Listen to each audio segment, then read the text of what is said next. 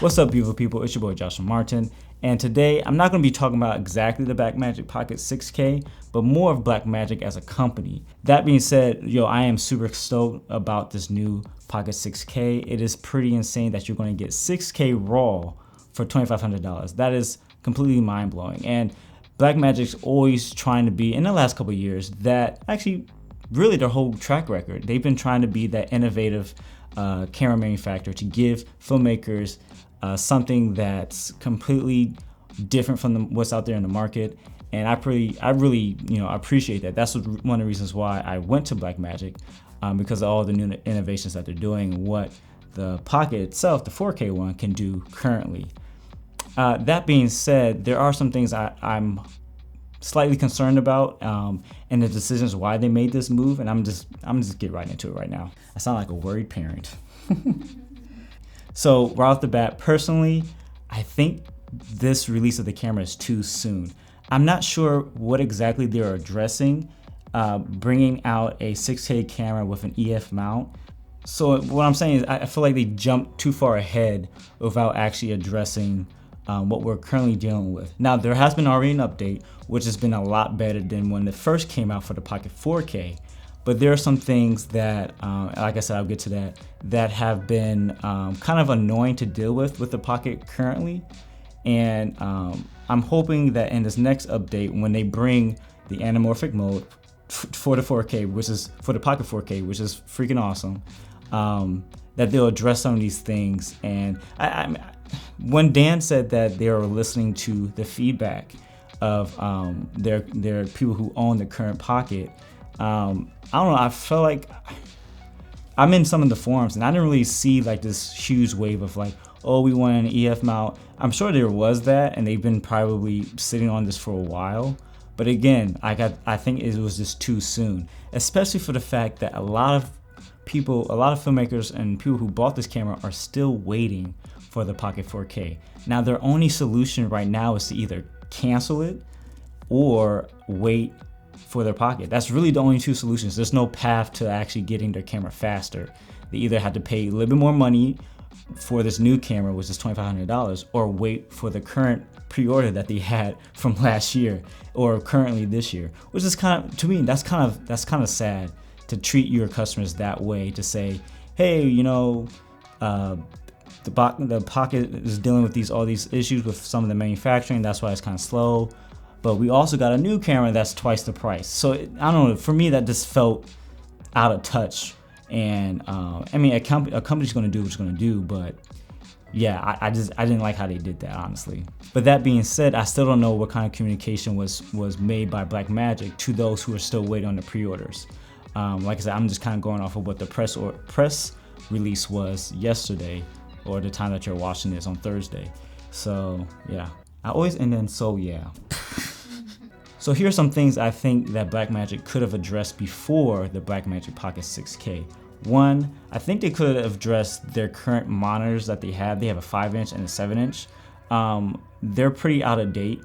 And if they would update it to have some of the features that can control the camera completely, like start and stop button, of course, do all the controls from the screen connected to the Blackmagic Pocket, to address the fact that the screen itself on the Pocket does not articulate.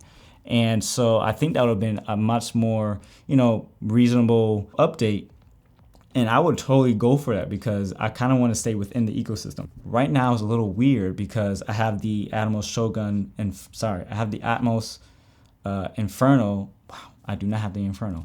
I have the Ninja V right now, and a lot of people are asking like, what's the best thing for this Pocket? To be honest, you don't need a recorder, because all the recording is done in camera, and it doesn't output any of that to this recorder. So I won't say you need a recorder, you just need a monitor. And so sometimes dealing with two different UIs have been a little annoying personally, but I mean, I got to deal with it, right? I think that's one way they could have addressed some of the problems dealing with this camera. I say problems, but it's not like a huge glaring issue, but it is at the same time. It sounds confusing, but stay with me. Now, another thing I felt was quite weird, especially starting out with the marketing from the Pocket 4K, Now, they are marketing this as a pocket cinema camera, obviously, meaning it's just a small cinema camera with all the cinema features in a smaller form factor, but it's in a DSLR body. Now, I still don't think this is the best design choice. They should have made a square or a cube or some sort of form factor that allows better usability when mounting things or rigging it up. It's a little, wonky here and there, but you guys see my rigs on it. And the reason why I think that's like with the Z Cam, like I really like that style, I really like that body. And so if they had waited a little bit for this newer camera and brought out a whole different design with a different price point, which they currently have a different price point, I think that will make more sense in terms of like distinguishing the differences. I'd see why they want to keep it the same so you can pair the new 6K with the 4K if you're doing that, because that's what's kind of like on their website right now. You'll see a lot of stock footage and stock photos on there of people using it 3-camera setup with the mix of all of them. And I get it if you're trying to be as stripped down as possible and using the back of the screen, sure. But I think a lot of the people who are buying this camera are going to rig it up because, like me, there are some things that this camera can't do straight out of the box, and we all kind of know that. So the marketing of this is kind of confusing for those who keep asking that question, hey, should I buy this camera? Because all of a sudden they're comparing it to the GH5, the A7s, and those are high. Even though the GH5 is more of a video camera too, it's more of a different style of video making. You can make cinematic, quote unquote, video with that. You can, but I think when you're dealing with the Blackmagic Pocket in that same conversation, it's different. It's two different things you're kind of talking about.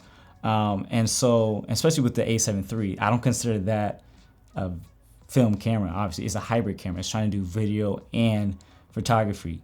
So that I just find that a little bit confusing for those who really don't know. And that's on the person itself to kind of just do the research themselves. But as a company, you're marketing it as this handheld device that you can get cinematic footage from. And I don't think that's the right way to go, honestly. And the fact that they're saying a much deeper depth of field, I kind of chuckle at the fact that was actually marketing language. Like, you don't see any other camera factor saying this camera's going to give you a deep depth of field. We kind of know that based on what the sensor size is.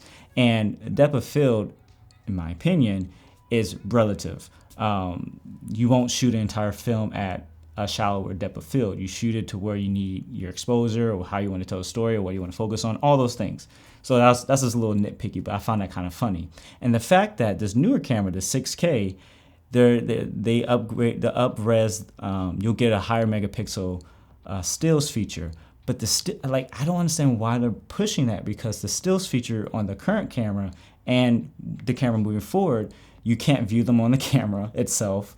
And it's still like you're not trying to use this as a photo camera. You're using this as a video camera. So like the marketing pitch and the marketing direction and language for this sounds like it's trying to be a hybrid, but it's not. And we all know it's not. And I don't think they're outright saying that, but the way that they structured, hey, it has deeper depth of field, it has 21 megapixel stills, like that type of talk sounds like a hybrid camera. That's really, I know it's really nitpicking. Just hang with me, stay with me.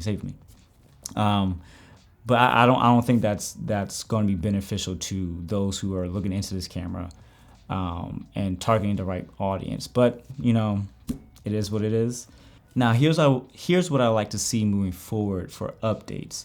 I'm glad that we're going to get the anamorphic mode, the 133 and 2x D squeeze mode for the Blackmagic Pocket 4K. I'm happy that's coming. At first, I didn't even hear that when I was watching live view, so I was kind of upset about that because, if they were listening to us, they were bringing it, but obviously they're bringing it. But here's some things that need to be fixed moving forward for this current camera and the camera moving forward to be more effective. One, when it comes to storage options, we all know you can use SSD, CFast card, and SD. But what I've noticed, and maybe this is me, but I feel like this is across all of the UIs, when you plug in the SSD and a CFS card in there at the same time, the camera automatically defaults to one of the two, I think, either slot A, probably slot A. So follow me. Once you have them plugged in, and let's say one card gets full, it doesn't, from my experience, it doesn't switch over to the next card. It doesn't communicate to say, hey, this is full. You need to switch. It doesn't do anything like that. So I've run into the fact that I'm pressing record, but then my record stops, and I don't notice that my card is full. I can see the time that I wind it down, but I hadn't noticed that it was full, and I didn't realize that the camera was stopping my recording. Lucky I didn't miss anything important, but that was kind of annoying. It just didn't transfer over to the next media to restart recording on. And if I did switch it manually, if I turn off the camera and turn it back on, it defaults to the first one. So I think that's not smart to have this in a cinema camera. So Blackmagic, please update that at least. Is the ability to delete clips in the camera. Let's say you only have a CFast card that's 256 gigs and you're filming all day. You want to review some of the stuff and you want to make some space because you know you have some throwaway clips. Well, being able to delete the clips on the camera itself will save some space, will free up some space. Right now, I can't do that. I'm stuck with whatever I accidentally hit or anything like that. So I think that needs to be updated as well. Another thing is have the play button be the exit button for the play menu. What I mean is if you hit play right now and you review some stuff, if you want to go back to the screen for recording, you have to press the record button. And sometimes the button itself is not that responsive, or it doesn't feel as tactile. So if you can't really halfway press, you'll press it and it'll start recording. Then I don't even want those frames anymore. I want to delete that stuff. So see my reoccurring problem. So if you have the play button as the exit button when you're done, because right now it functions as the play button. So if you want to watch something, you press it, and if you want to play it, you press it again. So if there was a way to either switch up the buttons where the menu button can be the exit button or however, because if you press any other button, it just goes into that menu. I hope that makes sense. I just need something that's a little bit more intuitive for that button to kind of get out what you need and just go. And then lastly, going back to recording, the recording media, have options in the menu to have recording options, as in let us have a redundancy option, let us have a overflow option, let us have a primary option, and let the camera save all of these things once you turn it off and turn it back on. Have the camera remember all these settings, or have the ability to build them all in a preset. I think you can do that currently. I had to double check, but the camera does not save. If your first card is full and you switch it to the second one, you turn it off, it does not save and remember that. It goes back to the default. So yeah, those are some of my things I just wanted to bring out. I know the hype is real right now. It is crazy. It is crazy. But someone who uses this camera and wants to use it to the full ability, these are some of the things I would like to see come to the Blackmagic Pocket 4K. And hopefully this is not a move that will push this out. Lastly, I do want to say this move for the 6K is a little interesting because I think this is going to really cut into the G2 market, their own camera. It's kind of weird because this camera is extremely beefy for what it is. Now there's some things you still got to build out, and the G2 is a little bit more outfitted, and you're still spending a little bit more. But like that's the whole point. The G2 starts at like $6,000 just for the body and stuff, and you still have to build it up. So you're gonna be up with $8,000, $9,000. So if you build this new camera, the 6K up, you're gonna be paying between maybe $4,000 to $5,000 with everything you need for it, and that's gonna be a huge blow, in my opinion, to the current Ursa Mini, because now this new sensor, is extremely awesome, honestly, and I think it's the same sensor as the G2 currently. So those are my two thoughts. So I've talked for way too long, and yeah, those are my thoughts, guys. I really want to approach this as a more, reasonable thing. I'm not angry. It's just I'm just a little confused about what the company's doing, and I guess I got to just dig a little bit deeper in these forums and kind of see what's happening, what's the buzz. But it's exciting, and those who've already pre-ordered it, I can't wait to see what you guys create with it. It's gonna be pretty awesome. Yeah, and I don't know how I'm just gonna walk out. Yep, I'm done. Yep. Okay, here we go. Oh, and last thing, you will see a 6K Blackmagic Pocket on this channel for rig culture. So make sure to see the second episode. We got some more exciting things coming. I just wanted to just throw that in. Bye. Amending this.